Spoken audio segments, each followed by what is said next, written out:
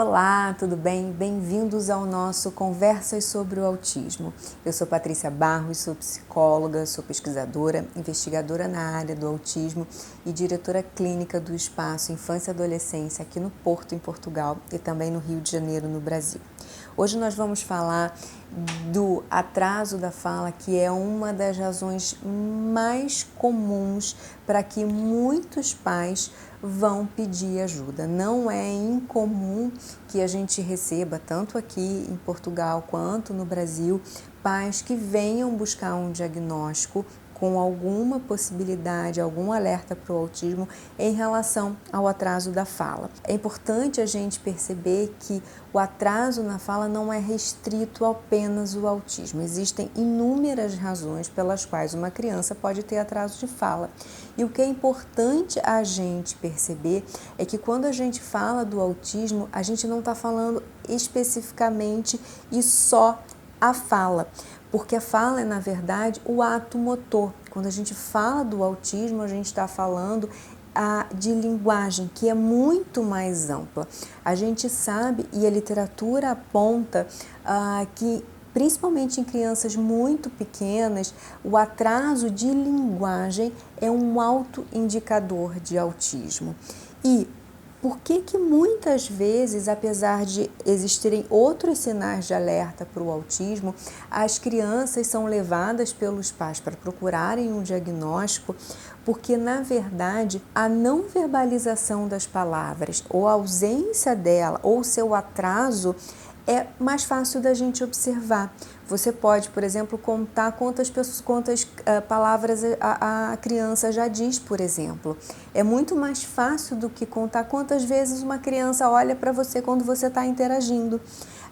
Mais adiante, vocês até vão perceber que o que a gente está tentando repartir com vocês a ideia não é apenas contar palavras, mas sim de tentar perceber se essa fala tem uma intenção comunicativa. Mas pronto, para começar, a gente vai começar a falar sobre os marcos do desenvolvimento típico para termos um parâmetro, para a gente ter ali um guião, uma orientação para sabermos o que é esperado para cada idade em relação a essa questão da linguagem. A gente sabe que ali por volta dos 12 meses, um pouco mais, um pouco menos, as crianças já são capazes de falar palavras simples, porque elas já conseguem imitar palavras simples, como mamã, papá e por aí vai. Ao longo desse desenvolvimento, ali por volta de 1 ano e meio, 18 meses, a gente já consegue ver uma extensão desse vocabulário de maneira significativa. Ela não só vai falar mais palavras, uma quantidade maior de palavras, mas ela já consegue fazer sentenças cada vez mais complexas. Por volta ali dos 2 anos, ela já consegue falar sentenças com 2 palavras, por exemplo, mais água, bola, azul. E como estamos a falar do autismo e de linguagem como um todo, a gente precisa também perceber nessa observação dos sinais de alerta, incluir aí os precursores da fala, como os gestos, por exemplo.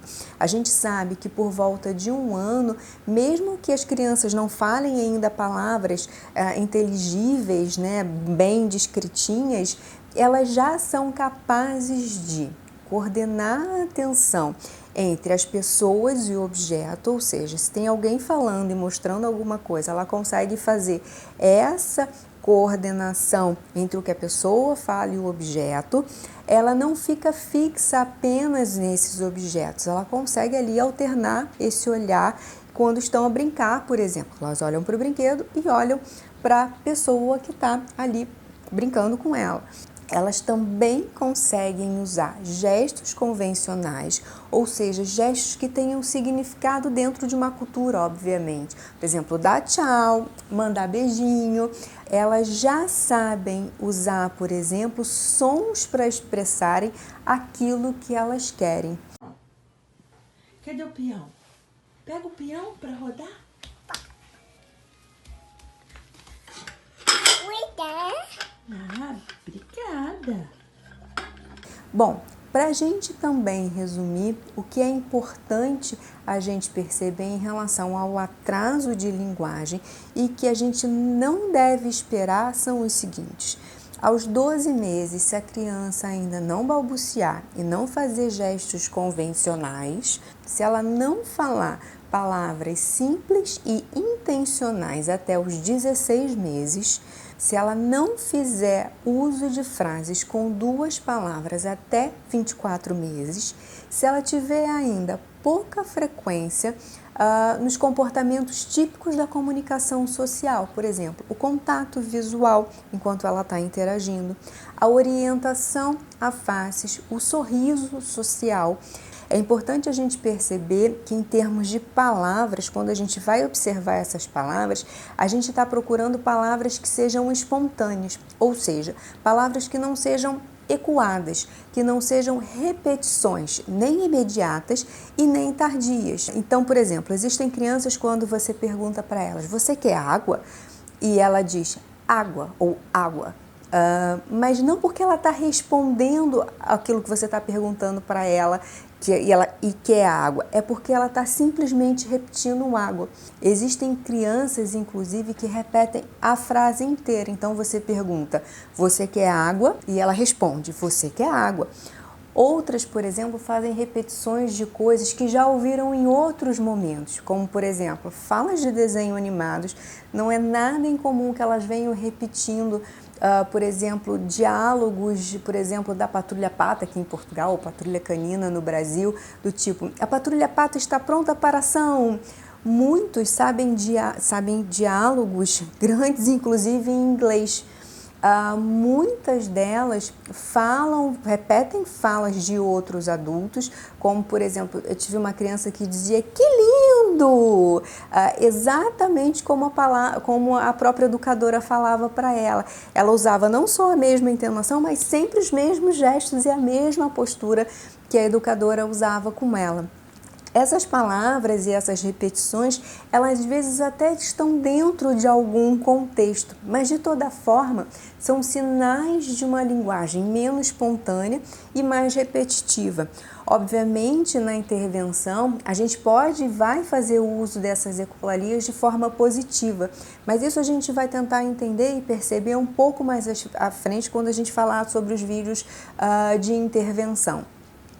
Mas, Patrícia, o que isso quer dizer exatamente?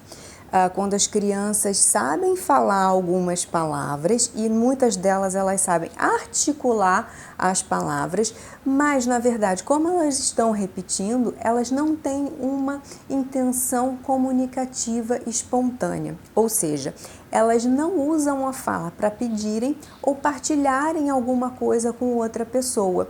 Existem crianças, por exemplo, que sabem nomear coisas do tipo azul, mas não usam a palavra azul quando elas querem pedir alguma coisa azul. Por exemplo, qual bola que você quer? Ela tem uma vermelha e uma azul, e ela não usa essa palavra que ela sabe nomear com essa intenção de pedir. Outras até cantam, mas não usam também essas palavras que elas sabem usar quando cantam para se comunicarem intencionalmente. Enfim, um breve resumo, o que a gente vai observar? Do que a gente vai observar? Que tipos de sons e palavras essas crianças já fazem? Se elas fazem balbucios? Qual é a quantidade das palavras isoladas? Quais são e se existem sentenças de 2 palavras? E, num segundo momento, se essas palavras e balbucios têm a ver ou têm a intenção de comunicar e não são apenas repetições. Ou seja, de maneira geral, essas repetições são fortes indícios do autismo. Um outro ponto que é importante a gente perceber e que tem a ver com gestos é que é muito frequente que essas crianças puxem um adulto pela mão para alcançarem o que querem, o que é diferente de fazer um gesto para se comunicar. Nesse caso, ela está fazendo o uso do corpo de outra pessoa para alcançar aquilo que ela quer. As crianças essas crianças muitas vezes são ditas como autônomas, independentes, porque elas vão buscar tudo sozinhas, quando na verdade elas fazem isso porque elas ainda não descobriram que elas podem se comunicar para obterem algo. Às vezes é muito mais fácil você falar do que você ficar um tempão tentando escalar alguma coisa ou um adulto para tentar alcançar aquilo que você quer. Obviamente, as crianças ditas de desenvolvimento típico até puxam os adultos ou tentam escalar, mas na verdade essa nunca é a primeira tentativa delas. Elas antes já tentaram de alguma forma ou chamar o adulto ou chamar a atenção do adulto, e quando elas não conseguem, elas saem puxando. E normalmente quando puxam, elas coordenam o olhar, o que acontece muito pouco no autismo. Então, em situações em que uma criança queira alguma coisa, tentem prestar atenção no que elas vão fazer para alcançar aquilo, se elas vão puxar ou se elas vão comunicar para alcançarem aquilo que elas querem. Patrícia, para concluirmos, precisamos ter o que em mente? Que os sinais de alerta em relação à fala vão para além da fala em si. E que eles fazem parte de um desenvolvimento atípico em termos de linguagem, tanto expressiva quanto receptiva. Ou seja, a gente está falando de sinais de desvios numa comunicação que é voltada para o outro, que tanto é falha, muitas vezes, para se expressarem, quanto para buscarem perceber e entenderem a intenção do outro através da comunicação. Ok? Enfim, obrigada pela companhia e fica o nosso convite para os próximos vídeos, onde a gente vai continuar a falar sobre os sinais de alerta nos primeiros anos de vida. Até lá!